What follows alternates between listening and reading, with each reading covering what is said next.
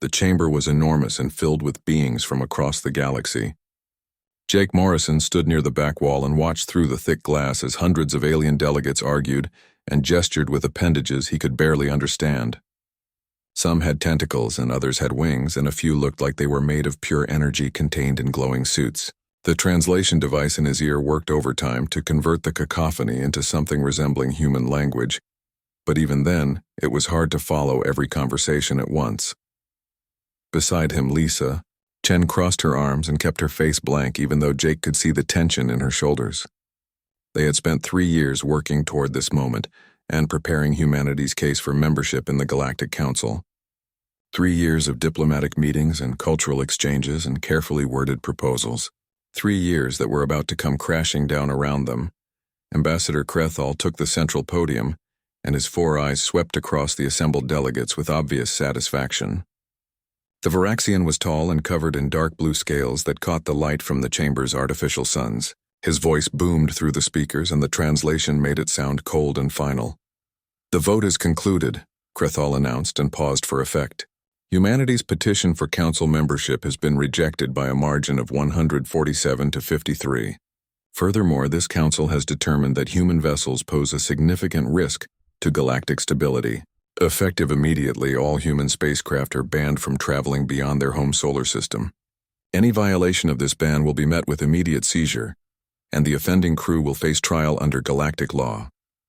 The chamber erupted in a mixture of approval and scattered protests. Jake felt his stomach drop but kept his expression neutral. Lisa muttered something under her breath that the translator mercifully didn't pick up. "They're sealing us in," she said quietly, and only Jake could hear her over the noise. 3 decades of space exploration, and they're putting us in a box. Jake wanted to argue, but he knew she was right. Humanity had developed faster than light travel 30 years ago, without any help from the established galactic powers. It had been a moment of pure human ingenuity and determination. The first jump had taken them to Alpha Centauri, and from there they had spread cautiously outward and always aware they were newcomers to a very crowded galaxy. They had made contact with the Galactic Council 12 years ago, and the reception had been mixed at best. Some species welcomed humanity with curiosity and open arms.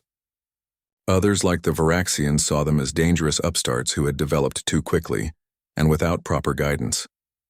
The fact that humans had achieved FTL independently seemed to bother the Council more than it impressed them. It suggested that humanity didn't need their permission or their technology, and that made them unpredictable. Krethal continued speaking, and his tone grew more passionate as he listed humanity's supposed crimes. They were too emotional and too aggressive and too willing to bend the rules that had governed interstellar relations for thousands of years. They refused to accept the natural hierarchy of the galaxy, where older species guided younger ones. They asked too many questions and challenged too many traditions. "The humans have been in space for barely 3 decades, Krethal declared, and his scales rippled with emphasis. Yet in that time they have caused more disruptions than most species cause in their first 3 centuries. They ignore our protocols and pursue their own agenda, and show little respect for the wisdom of those who came before them. This council cannot in good conscience allow such a destabilizing force to roam freely through civilized space." Jake's hands clenched into fists at his sides. Everything Krethal said was technically true, but stripped of all context. Yes, humanity had bent some rules, but only when those rules seemed arbitrary or harmful. Yes, they had challenged traditions, but only when those traditions prevented them from helping others or defending themselves. Yes, they were young by galactic standards, but that didn't make them stupid or reckless. The Tallene delegate raised a crystalline hand to speak, and her voice chimed like bells through the translation system.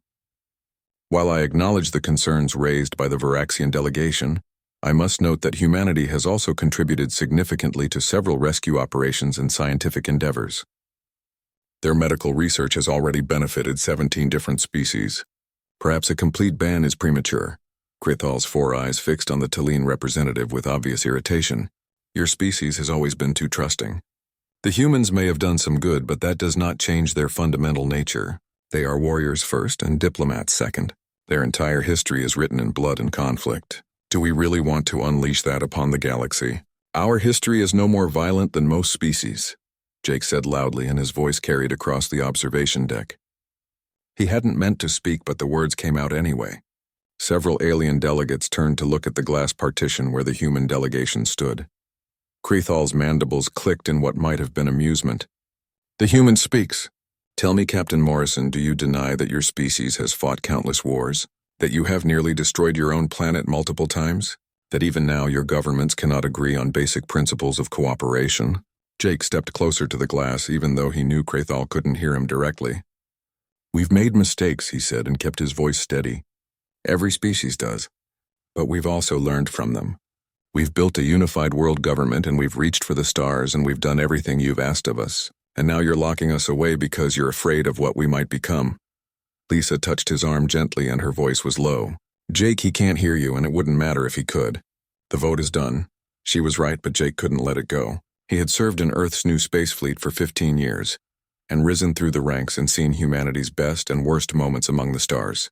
He had watched human crews risk everything to save alien civilians from dying space stations.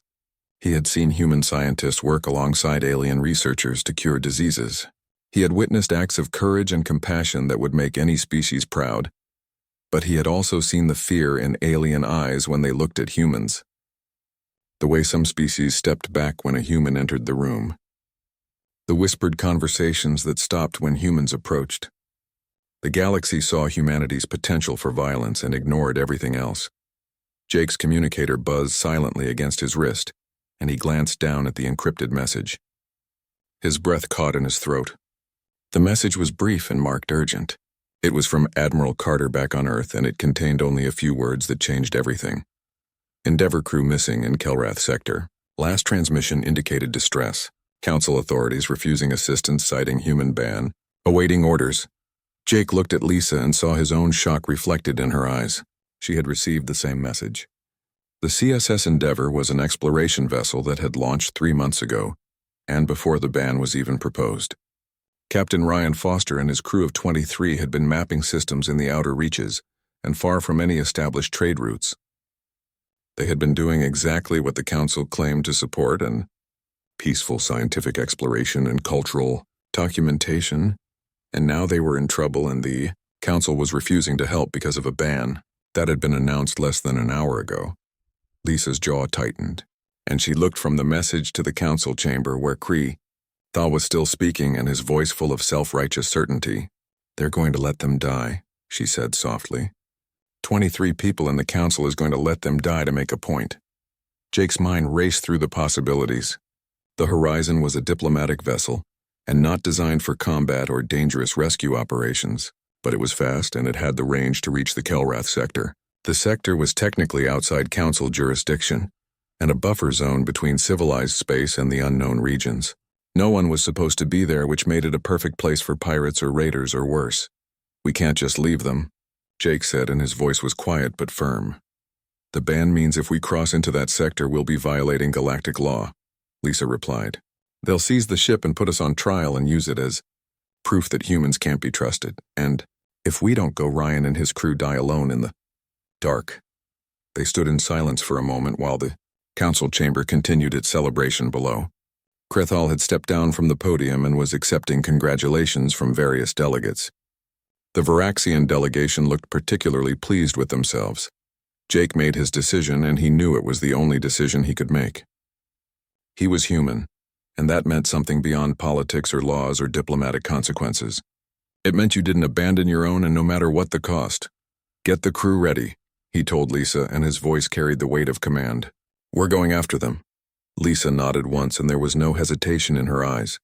I'll have us ready to depart in 30 minutes, as they turned to leave the observation deck.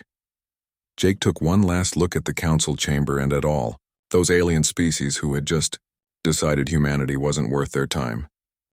The CSS Endeavour drifted through the void like a wounded animal, and its hull was scarred with plasma burns and puncture marks from weapons fire. Inside the darkened corridors, Ryan Foster moved carefully, and his magnetic boots clicking against the metal floor with each step. The ship's gravity generators had failed 2 days ago, and emergency power was the only thing keeping the life support systems running.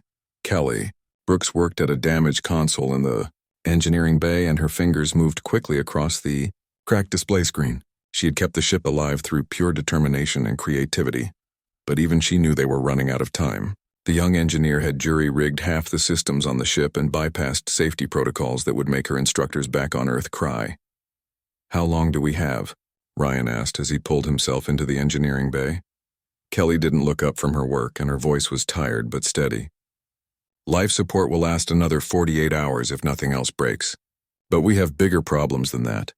Ryan knew what she meant, and he had been watching the sensor displays for the past 6 hours. 3 ships circled the Endeavor like sharks around a dying whale, and they stayed just outside weapons range and waited. The Velkari were patient hunters, and they had learned long ago that damaged prey eventually stopped moving. "They're waiting for us to die," said Paul Green from his position at the tactical station. The young officer had taken over after Lieutenant Commander Harris was killed in the first attack.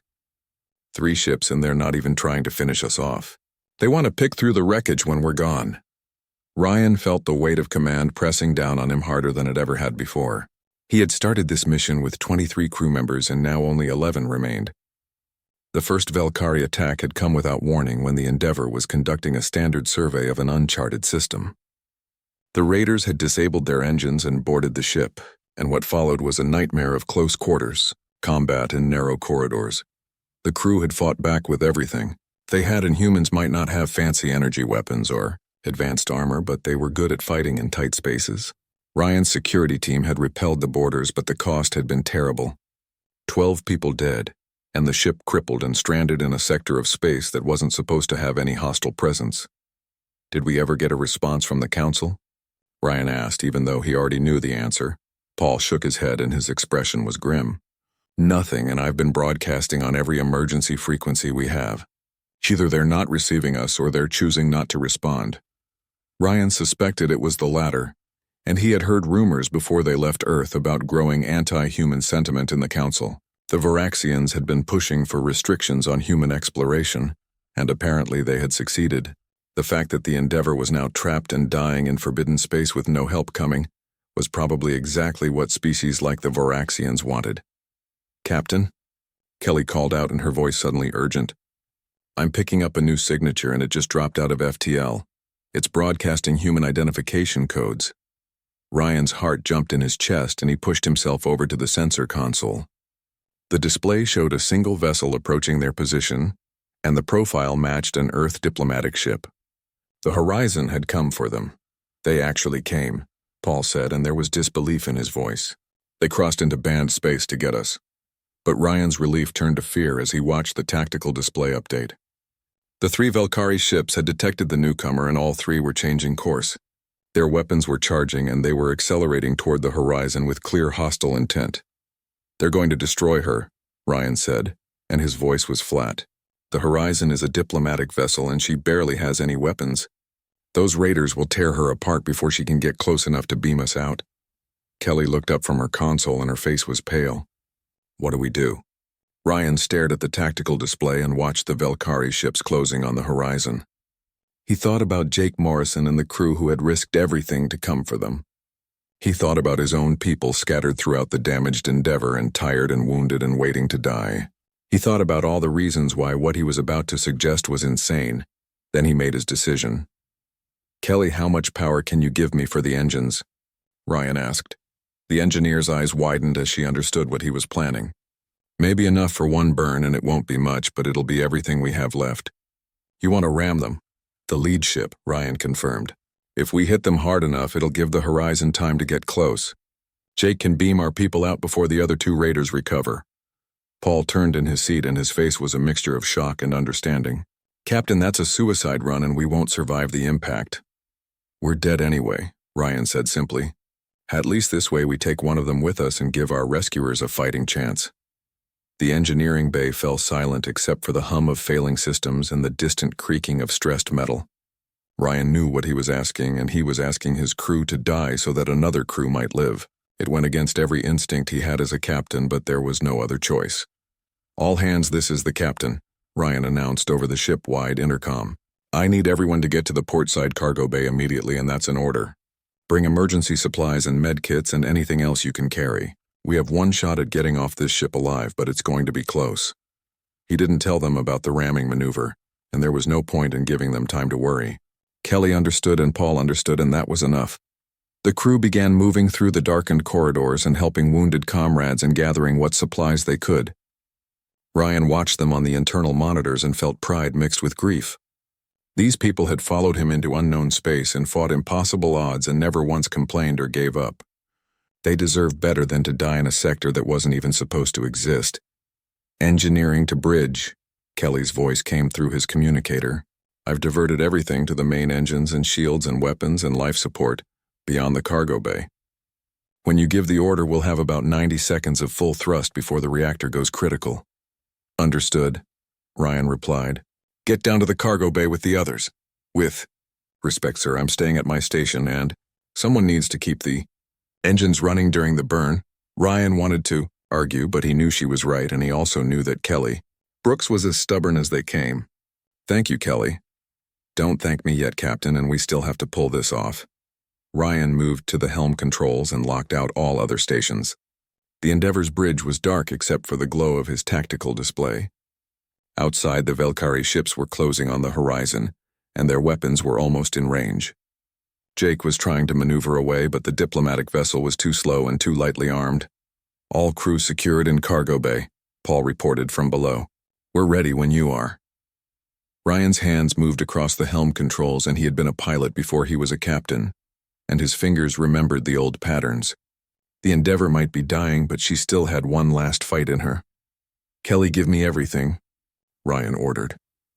The ship shuddered as the engines roared to life, and power that should have been impossible flooded through damaged systems. The Endeavor surged forward and accelerated toward the lead Valkyrie raider at a speed that made the hull groan in protest. Alarms blared across every console, but Ryan ignored them, and his entire focus was on the targeting computer. The Valkyrie ship detected the movement too late, and it tried to turn, but the Endeavor was already committed. Ryan had lined up the approach perfectly, and the reinforced bow of the exploration vessel was designed to push through asteroid fields and handle impacts that would destroy other ships. Brace for impact, Ryan said calmly into his communicator. The Endeavor struck the Valkyrie raider like a hammer hitting glass, and the human ship's momentum and mass overwhelmed the raider's shields in an instant. Metal screamed and tore, and the two vessels became a twisted mass of wreckage tumbling through space. Secondary explosions rippled through both hulls as power systems overloaded and atmosphere vented into the void. Felt the impact throw him against his restraints, and the world became a chaos of sound and pain and flashing lights. The bridge crumpled around him, and consoles exploded in showers of sparks. He tried to reach for his communicator, but his arm wouldn't respond, and something warm ran down his face. Through the fading display screens, he saw the horizon moving in fast, and its transport systems were already locking onto the cargo bay where his crew waited. 11 souls vanishing in columns of light and pulled to safety in the final seconds before the Endeavor tore itself apart completely. Ryan smiled as the darkness closed in, and he had done his job and his people were safe, and sometimes that was all a captain could ask for. The last thing he heard was Kelly's voice over the failing communicator saying something he couldn't quite make out. And then there was only silence and the cold embrace of space. The Horizon's bridge erupted in controlled chaos as Jake Morrison watched the Endeavor accelerate toward the lead Valkyrie ship, and he knew immediately what Ryan Foster was planning. The exploration vessel was turning itself into a missile and trading its own destruction for a chance to save everyone aboard. Shields to maximum, Jake ordered, and his voice was steady despite the adrenaline flooding his system. Lisa, get me a transport lock on every human life sign aboard that ship. Lisa Chen's fingers flew across her console, and her face was tight with concentration. There's too much interference from the Valkyrie. Jamming, and I need to get within 500 meters for a clean lock. That puts us right in their firing range, said Chris Palmer from the navigation station. We'll be a sitting target. Jake watched the tactical display as the Endeavor closed the distance to the lead raider, and he could imagine Ryan at the helm with his hands steady on the controls and making the hardest choice a captain could make. Then we better make it count and get ready to move fast. The impact when it came was spectacular and terrible. The Endeavor's reinforced bow punched through the Valkyrie shields like they weren't even there, and the two ships became a tumbling mass of debris and escaping atmosphere. Explosions rippled through both hulls, and secondary detonations lit up the darkness like a string of deadly fireworks. Now, Jake shouted. Get them now. The horizon surged forward and its engines straining as it closed the distance to the dying Endeavor. The remaining two Velkari ships hesitated for just a moment and shocked by the sudden destruction of their companion, and that moment was all Lisa needed. Her console lit up with transport locks, and one by one the Endeavor crew materialized in the horizon's cargo bay. 10 people appeared in columns of light, and some were injured, and all were exhausted. Medical teams rushed forward with stretchers and emergency supplies, and the cargo bay became organized chaos as they triaged the wounded. "Where's Foster?" Jake demanded over the comm. "Still on the bridge," Lisa replied, and her voice was strained. "His life signs are weak and I'm trying to get a lock, but there's too much interference from the explosions." Jake made a decision and he grabbed an emergency transport beacon from the equipment locker. "Beam me over and I'll attach this to him manually." "Captain, that ship is coming apart," Chris protested. "You'll have maybe 30 seconds before the reactor goes critical. Then you better be quick on the recall," Jake said, and stepped onto the transport pad. The world dissolved into light and energy, and Jake felt the familiar sensation of his atoms being scattered and reassembled. When reality snapped back into focus, he was standing on the Endeavor's ruined bridge, and the deck was tilted at a crazy angle, and sparks rained from ruptured conduits. Ryan Foster was slumped over the helm. Controls and his suit was breached in several places, and blood floated in small globules. In the zero gravity, Jake pushed himself across the bridge and attached the transport beacon to Ryan's chest. "Got him, and get us out." The transport engaged, and Jake felt relief flood through him as the bridge disappeared and they materialized back on the horizon. Medical teams immediately swarmed Ryan, in their hands moving with practiced efficiency as they sealed his suit breaches and stabilized his injuries. "He's alive but barely," one of the medics reported. "He needs surgery now." "Take him to medical," Jake ordered, and then turned back to the main view screen.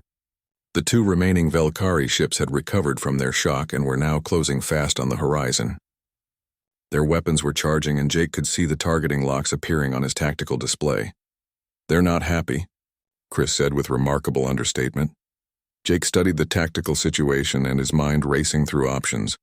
The horizon was designed for diplomacy and not combat, and its shields could maybe take 1 or 2 hits before failing.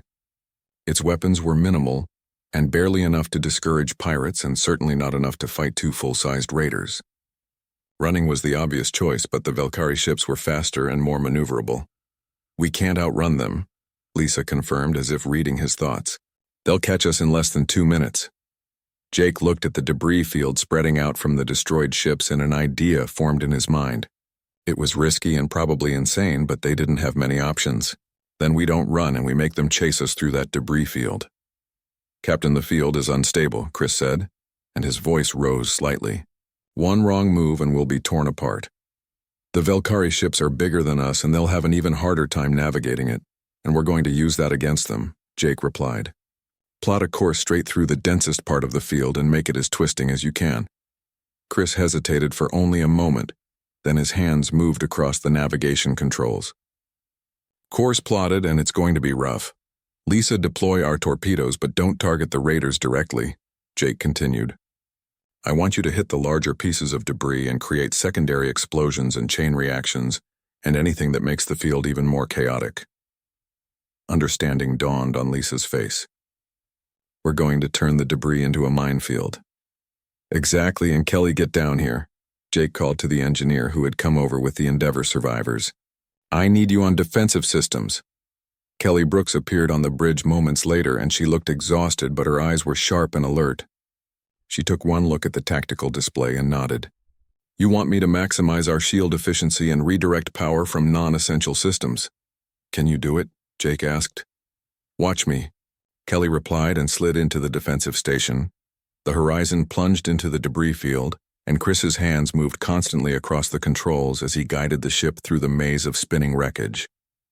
Chunks of hull plating tumbled past the view screen, and some were small and others were the size of shuttlecraft. The ship shuddered as smaller pieces bounced off the shields, and alarms chimed constantly from the damage control station. Behind them, the 2 Velkari raiders followed, and their larger size making navigation more difficult. They had to slow down and take wider turns and constantly adjust their course to avoid the bigger pieces of debris.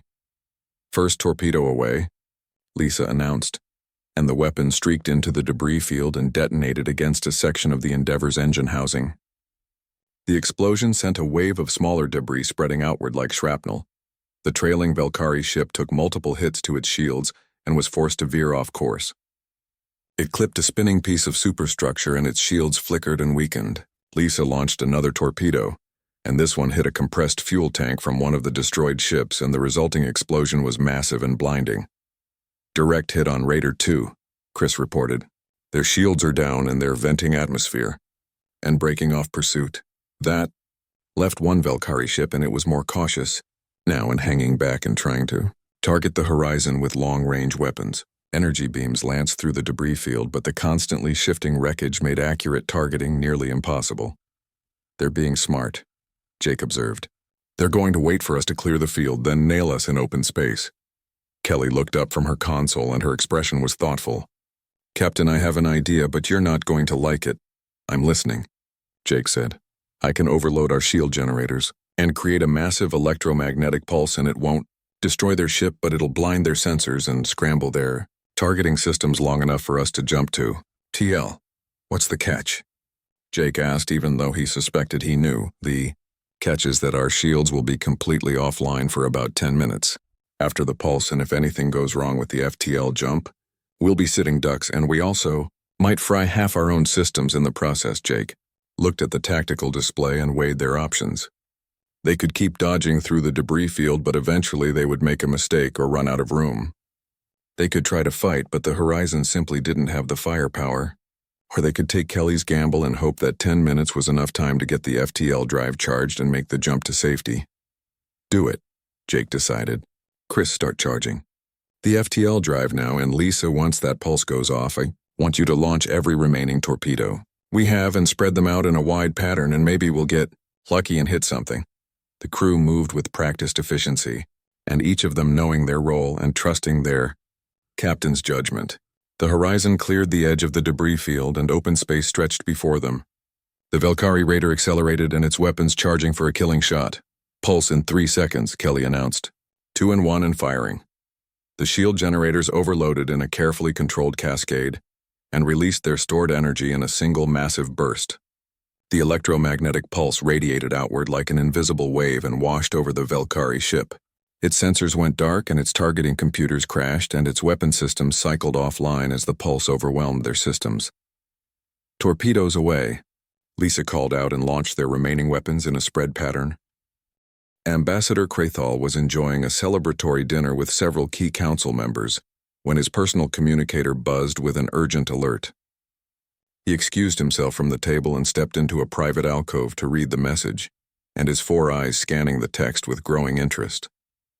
The Galactic Security Forces had intercepted a human vessel violating the newly imposed ban, and the ship in question was the Horizon, and the same diplomatic vessel that had witnessed the vote earlier that day. "Perfect," Krathal muttered to himself, and his mandibles clicking with satisfaction.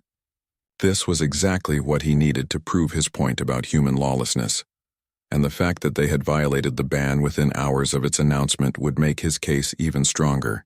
He sent a quick reply ordering that the ship be brought before the council the following day, and then returned to his dinner with renewed enthusiasm.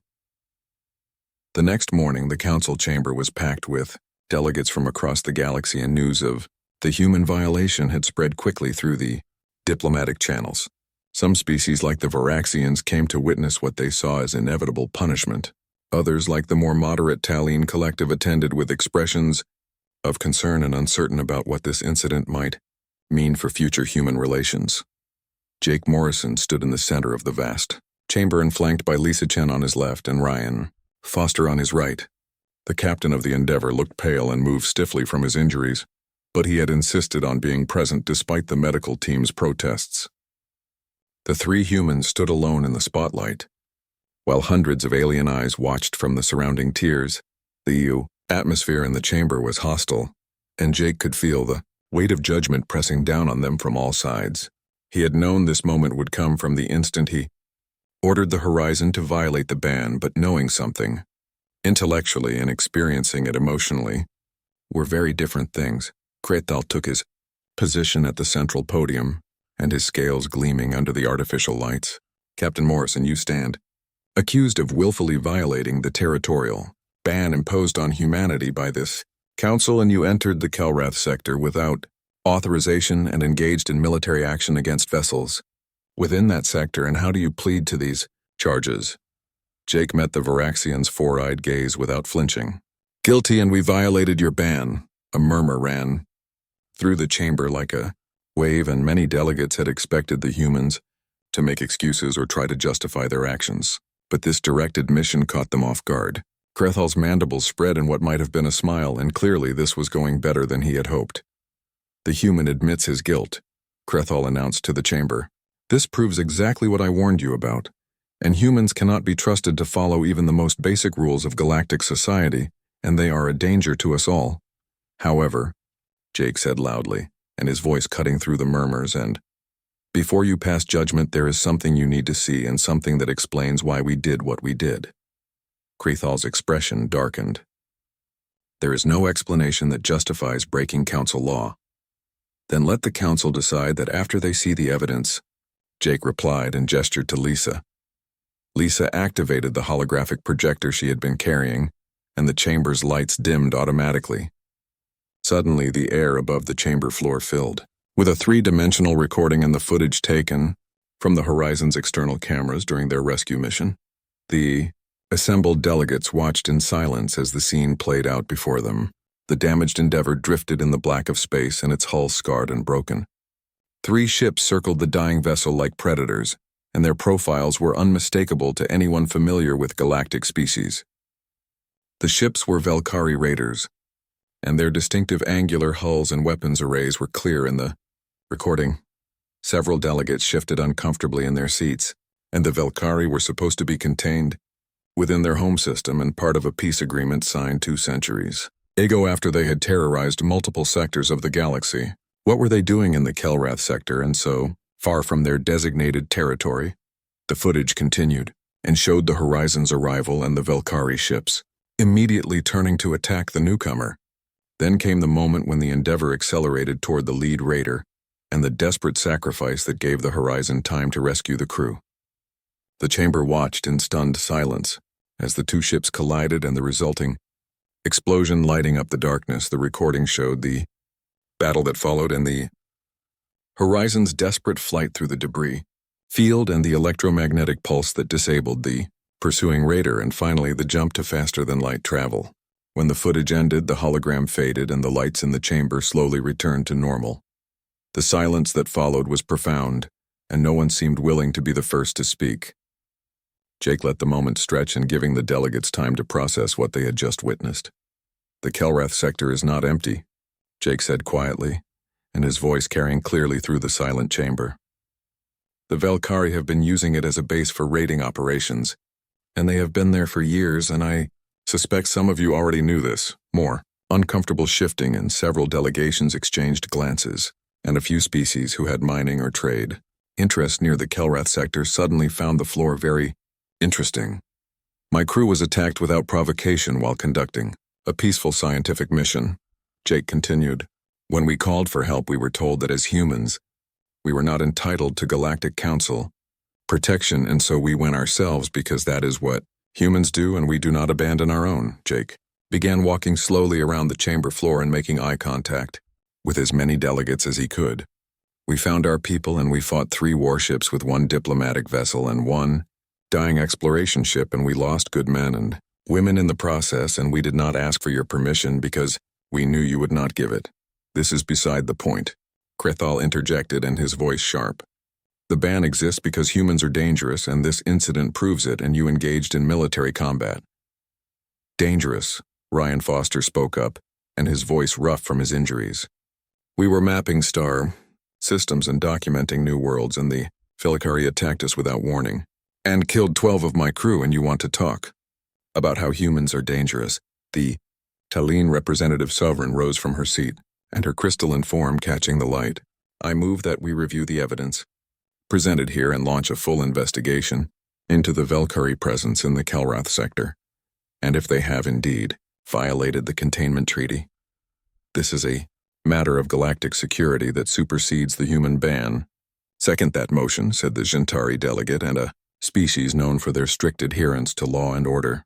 The footage clearly shows Velkari vessels operating in territory they are forbidden to enter, and if this treaty violation has been occurring for years, as Captain Morrison suggests, then we have a serious problem. Krathal's scales rippled with agitation. This is clearly a transparent attempt to distract from the human violation of council law. Is it? Sovereign asked, and her voice taking on a sharp edge. Tell me, Ambassador Krathal, did your people know about the Velkari presence in the Kelrath sector? The Phoraxian ambassador did not answer immediately, and that pause spoke volumes to the experienced diplomats in the chamber. The silence stretched for several long seconds and became more damning with each passing moment. The Varaxian Empire has extensive mining interests in systems adjacent to the Kelrath sector. Sovereign continued, in her tone suggesting she had suspected this for some time. Your patrol ships regularly traverse that region, and I find it difficult to believe you never encountered any Velkari raiders, and unless, of course, you had some sort of arrangement with them. The accusation hung in the air like poison, and if it was true, then the implications were staggering. The Varaxians might have been tolerating or even enabling Velkari raiders in exchange for keeping other species away from their mining operations. It would be a massive scandal, and one that could reshape the power dynamics of the entire council. Jake decided to press the advantage while he had it. We have additional evidence and weeks of sensor logs from the Endeavor before it was attacked, and data showing regular Velkari traffic patterns in the Kelrath sector and movement patterns that suggest permanent bases, and not just occasional raiding parties. And we are willing to share all of this data with an independent investigation. This is blackmail, Krathal hissed, and his composure finally cracking. No, Jake replied calmly. This is transparency, and something that seems to be lacking in this council, and you voted to ban humanity and claimed we were too dangerous and too unpredictable. But what we have shown you today is that we are loyal to our own, and we fight to protect the innocent, and we do not make secret deals with pirates and raiders. The chamber erupted in debate, and delegates arguing among themselves and with each other. The moderate species who had been pressured into supporting the human ban now saw an opportunity to push back against Varaxian dominance. The revelation about the Velkari gave them the political cover they needed to change their positions. The corridors outside the council chamber buzzed with activity as delegates dispersed in small groups, and their conversations animated and urgent. Jake Morrison walked beside Lisa Chen and Ryan Foster, and the three of them moving slowly to accommodate Ryan's injuries. They could feel the eyes of other species following them, and the weight of those stares very different from the dismissive glances they had received just days before. Sovereign caught up with them near the main exit, and her crystalline form refracting the corridor, lights into rainbow patterns. That was quite a performance, Captain Morrison, she said, and her voice carrying the musical quality common to her species. It was the truth, Jake replied, and kept his tone neutral. Perhaps, Sovereign acknowledged, but you also knew exactly what you were doing, and you knew how to play the political game and turn the Council's own rules against them. And humans have only been in space for 3 decades, yet you already understand power dynamics better than species who have been here for millennia. Jake stopped walking and turned to face the Talene representative directly. We have had plenty of practice on Earth, and human history is full of political maneuvering and conflicts and alliances, and we have made every mistake possible and learned from most of them. That is what concerns some of us, Sovereign said, and her tone became more serious.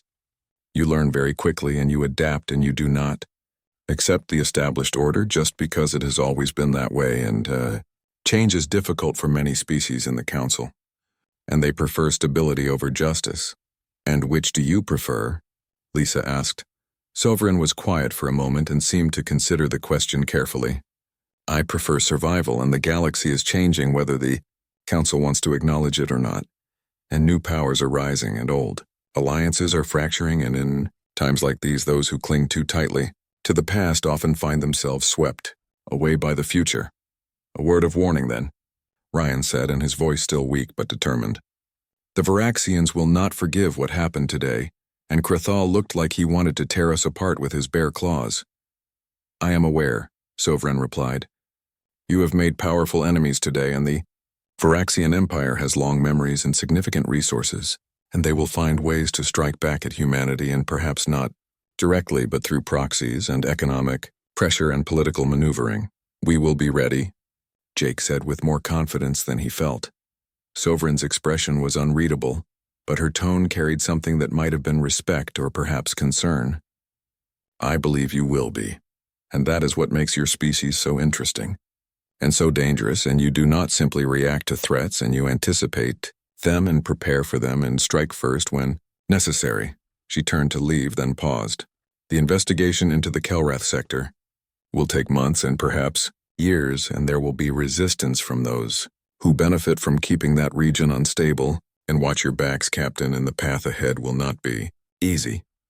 After she left, the three humans continued toward their docking bay in silence, and each lost in their own thoughts. The victory in the council chamber felt hollow somehow, and Jake knew that Sovereign was right and they had bought themselves time, but the real battle was just beginning.